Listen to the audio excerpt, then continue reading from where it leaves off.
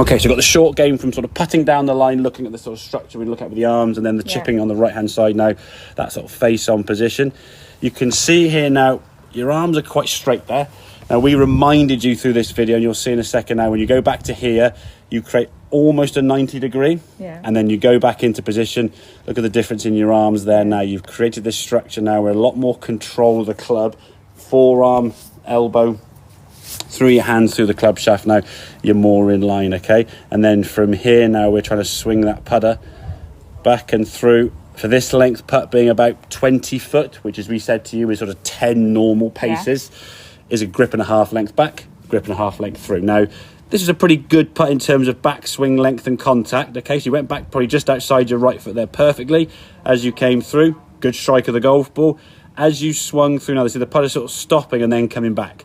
So when we see sort of this deflective kind of contact, it's usually an indication you've hit it. It's almost like sort of like, oh, went too hard, and then we're kind of guessing. So if we watch the swing and sort of speed, there's a little bit. It's certainly a lot better than some of the ones you saw, but just being mindful when we swing the putter back. If we go back this far, we want to swing through and stop there and hold it there. And ultimately, if we can hold it there until the ball stops rolling, you'll then see, oh, okay, if I swing the putter now just outside my left foot, that will kind of register in your brain. Okay, if I do this and this, that's how far the ball goes, and you'll start learning your distance control a lot better.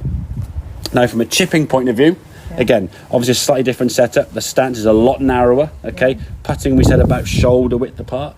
Chipping now, we're going to go a lot narrower because we want to try and minimise the amount of swing, This is more, I suppose, similar to a full shot, just a mini version of it. It's like throwing a ball. If you were to try and throw it as far as you could, there'd be a big wide stance in your back and throwing it. If you were to try and just chuck the ball from here to your golf bag, it's a little gentle throw, so your setup would change. So we flare this front foot out. Okay, hand of the club could be a little bit further forward at setup there, but for the most part, we've got a nice sort of small, short, same setup position there.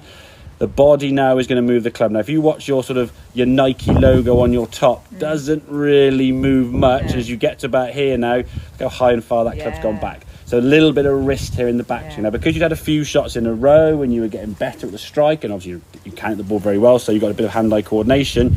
When you came back and you turned through the golf ball nicely, contact was good, but obviously a little bit more excessive wrist hinge has created too much power. It's too high in the back. Well, for the length of shot you were trying to hit. If you were trying to go back further, I don't mind the club being that far, but your arms and torso should have gone a bit more with it rather than you using. Because if you start hinging your wrist that much, it creates almost like a bit of a slingshot. And there's just too much power and too much speed, and then you're trying to slow it down at the line, and that's just a really tricky thing to do.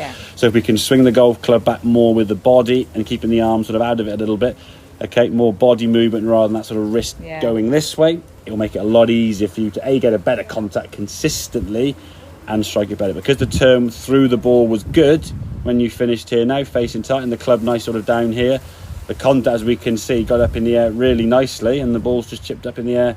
And as you said yourself, it stopped, because it had a bit of elevation and rolled down. Now, from a club selection point of view, obviously putter, it's one club. With chipping, depending on what type of shot you might need. Now, there's sort of basically 3 shots. You want one that goes way up in the air and doesn't roll very far. Okay, so that might be going over something, like a bunker or mound or whatever it may be. You've got kind of something in the middle that lands a bit short and then rolls out towards the same spot. And then you've got one that lands just in front of you and rolls the whole way. So I call that kind of a medium, a high and a low shot. They all end up in the same position down here, but where they land is a very different spot. This technique, for the most part, will cover all those shots you just changed the club.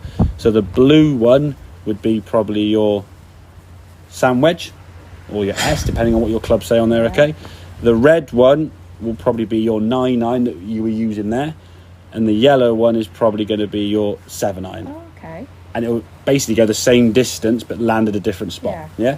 Swing length will vary maybe a smidgen, but the overall technique of small stance, weight forward, using the body, just choosing a different angle of club to send the ball higher, medium or low. So when you're on the golf course, if you've practiced a few of these shots and you realise, okay, if I swing it this far, it goes this far and so on, when you get there, you go, okay, what's in the way? If there's nothing in the way, and the shot we had there was barely in the way, 7 or 9 irons is the better option.